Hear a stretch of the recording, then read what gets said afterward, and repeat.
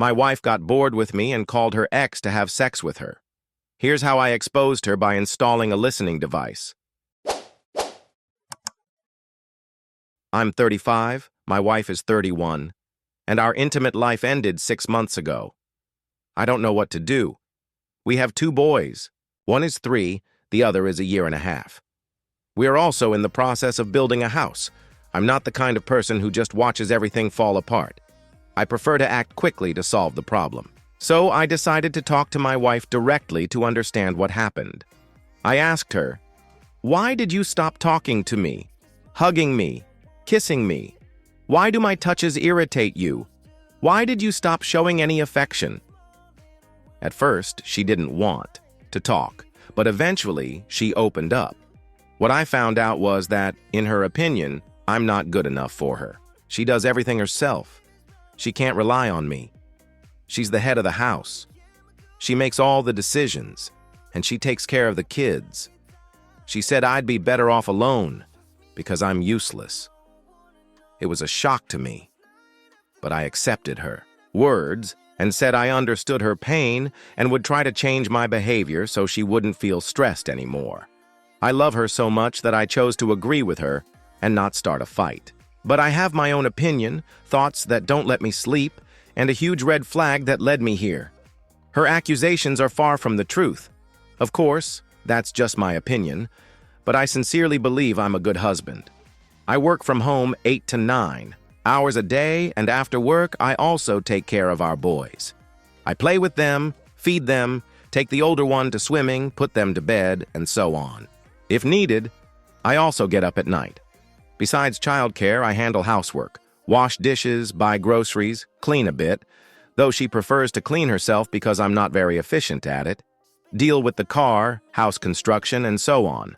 I do a lot to make her life easier. I understand that it's hard with 2 small children. Yes, some people can't sit on the couch for more than 5 minutes without thinking about what else they can do, fix, what business to open, what's still left unfinished. Her father is like that. I'm not. When the day ends, the kids are asleep, work is done, the house is clean. I prefer to watch a movie, play video games, and relax my brain. I'm also not someone who could start a business. I'm good at what I do and prefer to be told what needs to be done. Then I do it well. There are many people like me, and I'm not ashamed to admit it. I don't strive for a brilliant career or dream of millions in the bank. I'm just an ordinary, decent guy who wanted a healthy, happy family and to earn decent money. I realized my wife started to be annoyed by this, even though we were happily married for 4 years and happily together, before that for many more. Our talk with my wife took place in December. After that, I started working against my nature. I began taking on extra tasks, more shopping, house repairs, and stopped just relaxing in the evenings. No rest. She liked that, but her attitude toward me didn't change. So I had to initiate a second conversation. Seeing how she treated me, I asked her outright, "Do you want to save our marriage?" She replied, "I don't know." That was hard to hear. I asked, "Do you want to go to marriage counseling?" She again said, "I don't know." Then I said, "Now is not the time for I don't know. Our kids might soon have to live with separated parents." Hearing that, she agreed. So I had to find a therapist. She didn't show much interest. During the session, she told me a few painful things. For example, "I married you to impress my parents and my married sisters so we'd be a big, happy family with beautiful children." I also found out she discussed our marriage with the local priest. Anyway, I found a good therapist and we're about to go to our 3rd session. We found out we have different love languages. I need physical contact, while she values actions. But even with therapy, she still doesn't give me any physical affection. No hugs. After 2 sessions, I asked my wife if she liked therapy, how she felt. All she said was that she felt uncomfortable sharing personal details with a stranger. When the therapist learned we hadn't been sleeping in the same room for 6 months, she was shocked. My wife explained that she sleeps with the kids in one bed and there's no room for me. The therapist replied, "That's a very bad example. For the kids." not letting the husband into the bedroom. If there's no space in the bed, go to IKEA, buy a single bed, and put it next to the big one. So that's what I did. I bought a bed, assembled it, and now I sleep there. Funny thing is, I still feel lonely. She lies far on the left, the kids in the middle, and I'm far on the right. Since our problem started, my wife slightly changed. Her story. Now she says she has depression from staying home with the kids. She said she told me all those hurtful things because she was overwhelmed by emotions. I would never, under any circumstances, say anything like that to her. But apparently I had to believe her. Recently, she went back to work and we hired a nanny. The only change in her behavior is that we started talking again. But I'm not just her friend. I'm also her husband. And there's still no intimacy between us. That doesn't seem like it's going to change. She's not interested in our therapy sessions anymore. I have to initiate and schedule them myself. As for intimacy, she said she doesn't need it at all, and she only did it because I wanted it. I felt like a rapist. She never enjoyed sex much. It used to be once a week, which was fine with me. Sure, more would have been better, but I was okay with it. This year we had sex twice, both times out of pity as a duty. Once in early January because it was my birthday. So now I need a birthday to get intimacy. And the second time was after a therapy session that I initiated, but she just lay on her back, covering her chest, waiting for me to finish. After that, I stopped making any moves. It's wrong. It shouldn't be like this. When I bring this up, she just says, "That's how I am. If you don't like it, just leave me." I don't know what to do. Please give me advice. Now let's give the author the advice he's asking for. Write in the comments. And now, let's move on to the update. Update 1. One day, my wife tried, calling her ex 4 times in a row at 10 p.m. She never got through but tried. I only found out because we used to have an app where our numbers were saved and I could see all incoming and outgoing calls. After that, I went crazy. Why is my wife calling her ex 4 times at 10 p.m.? I decided to check her messages on her laptop. I felt awful doing it, but I had my reasons. We're married, we have kids, and she's acting weird. After those 4 calls, she wrote to him, "I'll keep calling until you answer and talk to me like a normal person." When I asked her about it, she lied and said she didn't call him. Then I showed her the app and the outgoing calls. She had no choice but to admit she tried to reach him. I asked why, and she said it was a return call. Knowing she also texted him, I asked if she wrote anything. She said no. Then I showed her the message. She explained that he called her and started saying nonsense, so she told him to buzz off and hung up. Then she felt awkward and tried calling back 4 times because he didn't answer. Then she sent that message. He didn't reply. I don't know what to think. This happened around the time she stopped being intimate with me. Her opinion is that she sees nothing wrong in hiding this from me. To her, it's not important. But for me, any contact with an ex is a red flag. For me, it's unacceptable. She's cheating. There's been no intimacy for 6 months. These calls happened during that period. Update 2. Thanks for all your comments. At first, I couldn't believe how many of you thought my wife was actually cheating. It seemed like science fiction, something out of a movie, not something my wife would ever do. But today, everything changed. It's a fact now. I feel like a fool, but I guess that's my life. I know I promised to call her ex and talk to her family, but I decided to stay calm. Imagine how hard that was. All I did was install a voice-activated recorder in our car. It was there for just 3 days. My wife used the car to go to work, then to the gym, and eventually called her ex twice. Or he called her. I don't know who called whom, but I heard every word. It was a video call. I heard everything. Talk about sex, about each other's lives. They talked like we did 9 years ago when we just started dating. The same flirting, jokes, and so on. The kind of stuff we no longer have. They talked about vacation plans. She laughed, planning to visit him in July. Unbelievable. She gave him 2 years to move back to our country. I can't believe it. I just listened to this hour-long madness recorded on the recorder. I need to process some things. I need to meet with a lawyer next week. All I want to say is, thank you. You opened my eyes. If not for you, I never would have bought that damn recorder. And to think, I even felt guilty installing it in the car. I'll keep you posted. Now I need to calm down a bit, focus on the kids and on what she's done. It all started last September. It took me 2 months to notice the changes in her behavior. Next week, I'll be taking care of my elderly father in another city. That means my wife won't be going to work for a week. She'll stay with the kids. She'll definitely use my office to work from home.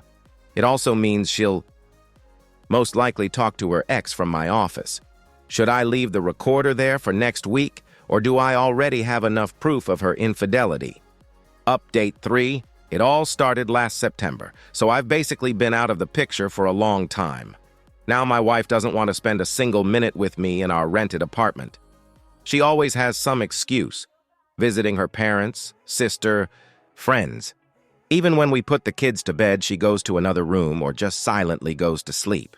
The recording speaks for itself. She confesses her love to her ex, says she wants to go to him and go on vacation with him, that she wants to marry him and will leave me soon. They even talked about his favorite sex position. So yes, they had sex. It's all on the recording. The thing is, my wife doesn't know I know all this. Her family and friends also don't know anything.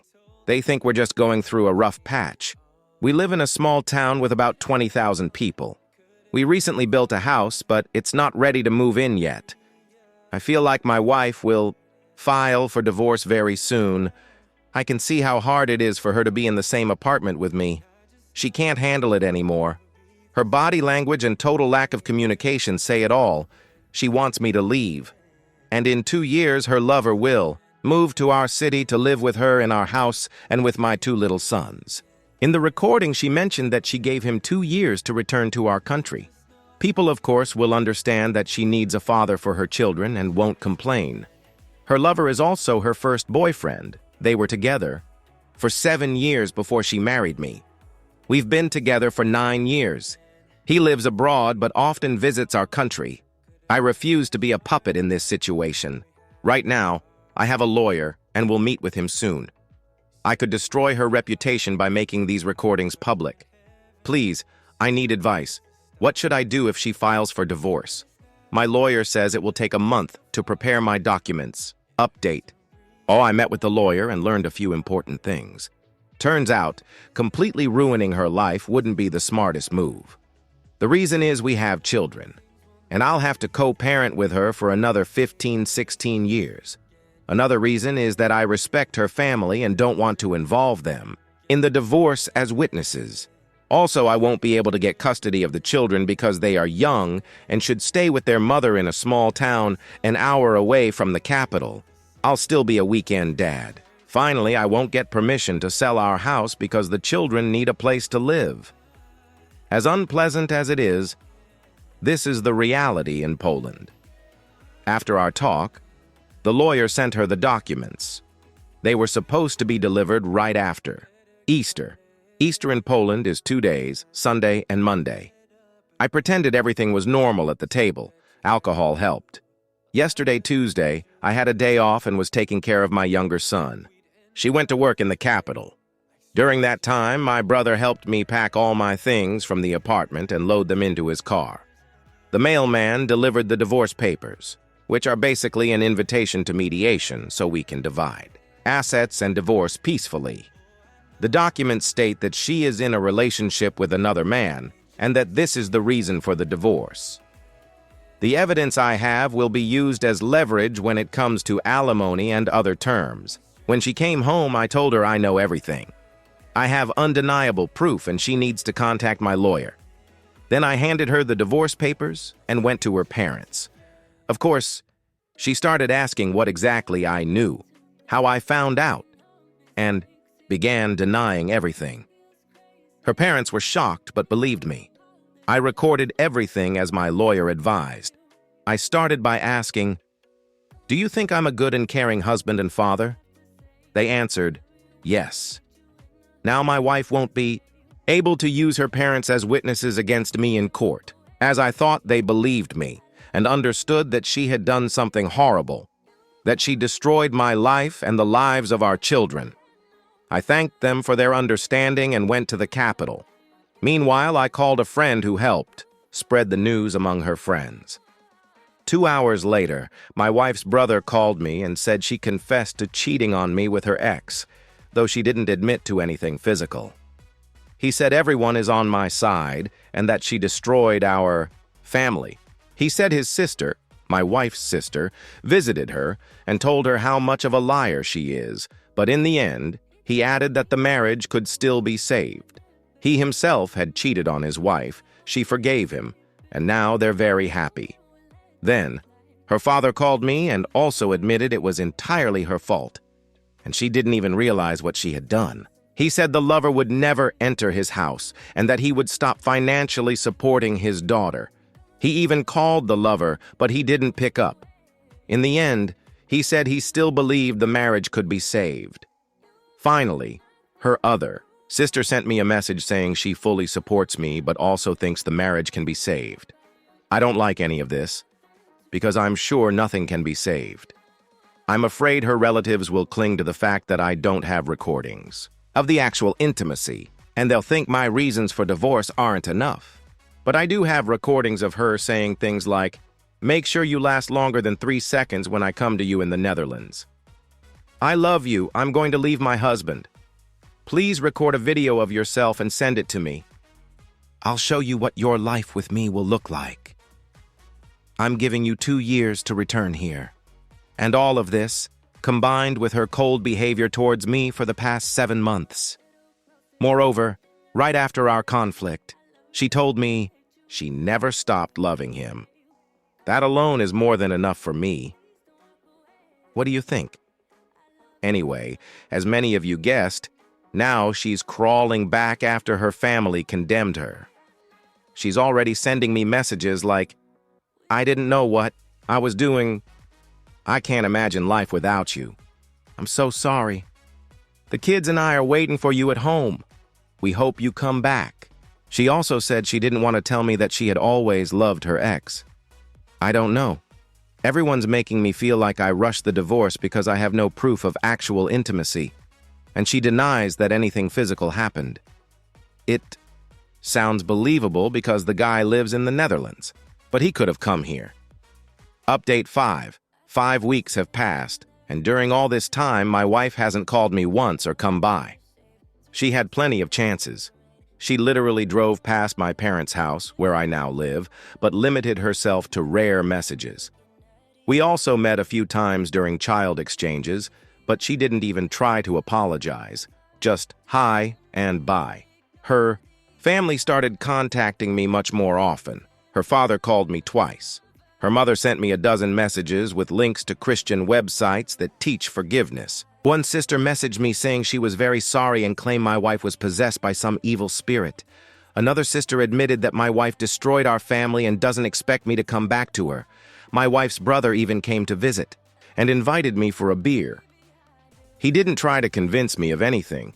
He just had a regular conversation about what happened and what could happen in the future. Of course, he'd like me to return to the family, but didn't insist. All of these conversations basically boiled down to this: "We can't believe she did this. We'd like you to come back to her, but we understand if you don't." But then came the day I made my decision.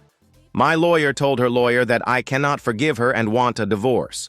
My lawyer presented my divorce terms, and now we're waiting for her side's response. While we waited, her sister started blaming me and literally said that now I was the one destroying the marriage.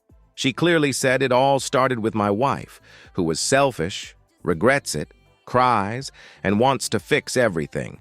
But now I'm the selfish one, and I'm the one ruining the marriage by divorcing her. Now it's all up to me, because I can cancel the divorce and simply return to my children.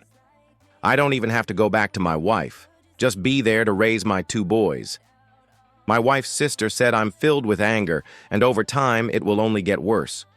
She said I just need to get through this and keep living with my wife. She described the divorce as my revenge on my wife, but said it was actually revenge on our children. I don't understand this. I knew it would happen, that the situation would flip and her family would start blaming me. But it still shocks me. Today, for a moment, I felt like it was all my fault, that my wife treated me like trash for over 6 months, that she wanted to leave me. So yes, the pressure from them is heavy. It's very, very hard. But I won't change. My decision. The divorce will happen. Now they've created this narrative where I'm the villain who's abandoning the children. I thought about countering this by proposing conditions for staying together, conditions she most likely won't accept. I don't love her, but I would do it for the children. No marriage, just a partnership, separate finances. She moves out of her hometown and relocates to the capital with the kids, where I live. GPS tracker in her car, daily phone checks. All of this only after I've spent 7 months dating different girls. I also wouldn't be faithful to her in such a relationship and would never tell her about it. If she found out, the marriage would still be over. I don't care what anyone thinks, this is just an idea, not something serious. I probably won't go through with it, but I don't have any other ideas on how to shut her family up about me. Supposedly abandoning the children. In Poland, in Europe, small children are supposed to stay with the mother in case of divorce. I can't take them because she lives in a small town an hour away from me. And about the children. There's kindergarten. We can't split them 50-50. I will be a weekend dad with the right to see them whenever I want. It's sad and painful, but that's the reality. Update 6. It's been 2 months since I handed my wife the divorce papers and moved to the capital, which is an hour away from the small town where we used to live together. Now I live with my parents, sleeping on the couch in their living room. The dining table has become my workspace, and my clothes hang on every chair around. I work from home 8 hours a day. After that, I usually help my elderly parents, 88 and 71 years old, with daily household tasks, run errands, and take them to doctor appointments. I also go to the gym or the movies to distract myself from negative thoughts. I see my children. Every weekend, she brings them to me and I take them back. Those weekends are truly wonderful. I feel genuinely happy being around the kids. I took a paternity test, and the boys are indeed mine. At least there's no doubt about that. The divorce settlement is still unclear. It's hard to say how it'll end since I live with my parents and have no other housing. I want to receive a substantial amount of money from my wife. She's taking over the mortgage on the house. She agreed to that, but only offered me 1/3 of what I'm asking, saying that's exactly what I invested in the house's construction. But the problem is, I didn't cause this situation. It's not my fault, and I need a place to live. 1/3 of the requested amount won't help me buy an apartment, so our lawyers are still negotiating. She wants to keep the house, but last time we spoke, I found out she might have to sell it. She won't be able to pay the mortgage and give me money. We'll see how things unfold. Other financial matters like child support, which she wants to be unrealistically high, also need to be discussed. She also insists I should pick the kids up from the small town and bring them back at the end of the weekend. That takes a lot of gas and time. In my opinion, she should bring them, and I will return them. As you can see, she's responsible for all this, but still willing to argue about divorce terms. Her sister invited me to her daughter's communion last Sunday. I went to spend more time with my boys. Everyone in the family knows my decision is final, so no one even tried to talk me out of it. I just looked after my children while everyone else ate and drank at the table after the ceremony. At one point, my wife asked if my decision was final. I looked at her and said calmly, "Yes, it's final and nothing will change it. I'm here to spend as much time as I can with my boys." Then she went on to say she truly regrets what she did. She said she ended things with her ex, went to a Catholic exorcist priest, confessed everything, and left it in God's hands. I replied that I didn't care about her priest, and if she needed to confess to anyone, it was me. Honestly, it was laughable, but I continued. Okay, if you're really remorseful, I'll give you one chance to tell the truth. Tell me how many times you slept with him. She said, not once. So I asked, remember the office party in November? Why did you book an Airbnb instead of staying with a friend? She fell silent, couldn't answer, except for, why keep torturing yourself? With this? I said, if she were really remorseful, she wouldn't still be lying 2 months after I left. That was just one example. I told her that video call intimacy is no different for me, and I know she did that with him. She couldn't even count how many times. Then I said, how do you imagine us being together again? You start talking to me and immediately lie. You understand I'll be checking your phone every day. Are you okay with that? She said, that's not trust. That's treating me like garbage. Then our son interrupted us. I ended the conversation by saying, remember, you didn't just cheat on me, you cheated on our 2 wonderful boys. That set her off. She yelled, this is the last time you say something like that in front of the kids. Funny, since her sister told me how much my wife is suffering and cries every day. She's two-faced, cries to the family but keeps lying to me. She even said if she really wanted, she could be with that man and her family couldn't stop her. As if I should be grateful she broke up with him and is now restraining herself. I think this whole situation will hurt my boys, and they'll need therapy. My older one has become nervous recently, but I'll always be there for them. Update. 7. Our lawyers have finally reached an agreement, and the divorce will happen soon. She takes the unfinished house and the mortgage is fully hers. The house stays with the kids. I don't want anyone to say I forced the sale of the house out of revenge. Besides, I don't want to live in it, in her small hometown, an hour from the capital where I live now. Still, I get back what I invested in the construction. A decent amount. Child support is also reasonable. We agreed she'll bring the kids to me in the capital every weekend, and I'll just take them back. I see my sons almost every weekend now, but it's not enough. It hurts me so much that sometimes I can't handle it. I just can't let my 1- and 3-year-old sons grow up without a father because of a promiscuous woman. I wish they lived with me, but it's impossible because of the laws in Poland. I guess I'll have to start visiting midweek to cope. As for her, she keeps writing me that she loves me, wishes she could turn back time, and suffers every day from the consequences. She softened so much that she even said she no longer minds me checking her phone. She agreed I can check it any time. She said we could move from the small town to the capital. She agreed to tell me every detail about her affair, if I take her back. She even came to my parents to apologize. Something clearly changed. Someone must have told her something. Now she's ready to do anything, genuinely showing signs of remorse. The last thing she wrote was this: thank you for not selling the house and ending everything peacefully. Agreeing to your terms also means I accept the divorce. I'll have to agree in court, but let me tell you, that's not the truth. I don't want this divorce, and I love you very much. I know you don't believe me, but I hope that someday I'll have a chance to prove my love. I love you, and I'm sorry for everything. There are no words to express how much I regret it. These things confuse me and don't help the healing process. It would be a lie to say her words don't affect me. I picture my kids growing up with me in the capital. I truly believe it's hard for her alone with 2 small boys. But she did. What she did? She cheated and ruined everything. I thought it would get easier with time, but the wound heals slowly. I'll see it through to the end. What do you think? Do you believe my wife is truly remorseful? She agreed to tell me the details of her affair only if I come back. Not right. Away. She didn't suggest moving to the capital immediately.